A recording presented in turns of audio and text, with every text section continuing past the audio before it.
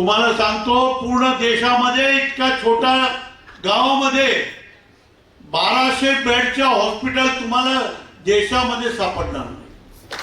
कोणासाठी आहे? तो आखरी माणूस, जो गरीब माणूस आहे त्याला मदत करण्यासाठी इतकं मोठं हॉस्पिटल चालू केलंय. आणि धीरे धीरे सगळे आपण वेगवेगळे डॉक्टर जे चांगले मिळत चाललेले आहे त्या हिशोबाने आपण करतो आहे. महिन्याच्या प्राण साहेब 1 करोड इलेक्ट्रिकच्या बिल भरतो आहे आता. आणि 25 ते 40 करोड 30 करोड दरवर्षी त्याला नुकसान येणार आहे. पण मुंबईच्या आमचा जो मंडळ आहे त्याच्यामध्ये 38 लोक निवडून येणारे ट्रस्टी आहे. त्यांनी सांगितलं गरिबांसाठी होत आहे, आपण करा. आता आपण नवीन चालू करतोय. आपण 4 आश्रमशाळा चालवतो, 2-3 आणखी चालत असेल. 40 मुलं घेतो, 280-90 लोकांना आपण शिक्षण देऊ शकतो. आणि त्यासाठी भूपेशभाई आणि आम्ही कल्पना केली आणि बोराडीला आपण 5000 मुलांची शाळा आता बनवली. 25 ते 30 करोड रुपये खर्च करून बनवतोय. ते मरेपर्यंत त्याच्या नुकसान मध्ये जाणार आहे. तरी आपण तिथे आदिवासी विभागामध्ये बसद्वारे त्या मुलांना आपला क्लासमध्ये आणणार आहोत. आणि त्यांना जे जनरल सभाचे लोक जे शिकतात तसं आपण त्यांना चांगलं एज्युकेशन देण्याच्या मराठी मीडियम आणि इंग्लिश मीडियम हेही शाळा या वर्षापासून बोराडीला 350 मुलं आता मिळाले आणि ते चालू केलेलं आहे. ते फक्त 1ली पर्यंत आहे आणि जेव्हा 12वी पर्यंत जाईल तर 5000 पेक्षा जास्त मुलं त्या बोराडीची शाळामध्ये शिकेल. आणि आता दुसरं, आपण पलासला जमीन घेतली, 1-1.5 करोड रुपयाची जागा घेतली. तिथे आता 25 कोटीच्या शाळाचं बांधकाम या 1 महिन्यात 1.5 महिन्यामध्ये चालू होणार आहे.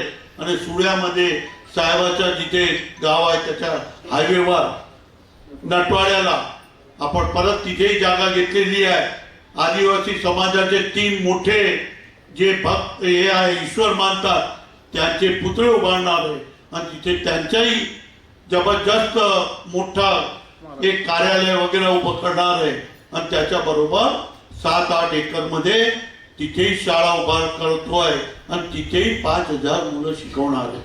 म्हणजे 15000 मुलं आदिवासींचे, गरिबांचे, आखरी माणसाच्या टॉप क्लास एज्युकेशन देणार आहे.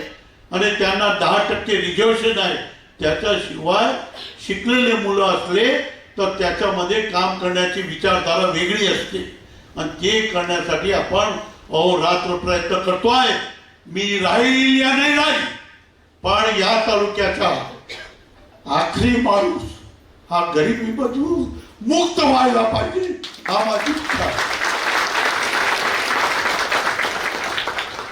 कोणी काही म्हणत असेल त्यांच्या नादी लागू नका. आम्ही जे करतो आहे ते आखरी माणसासाठी करतो आहे. असे कितीही मोठे निघाले, किती अडचण झाला, कोणी परवा करू नका. मी जीवनात सामान्य लास्ट माणसाला काही अन्याय होऊ देणार नाही, याच्यासाठी मी प्रयत्नशील राहणार, मरेपर्यंत राहणार. आज महाराष्ट्रात प्रांत आहे, तुम्हाला सगळ्यांना सांगतो, 80 डॉक्टर आपल्याकडे आदिवासी डॉक्टर शिकून चांगली जावं नोकरीला आहे.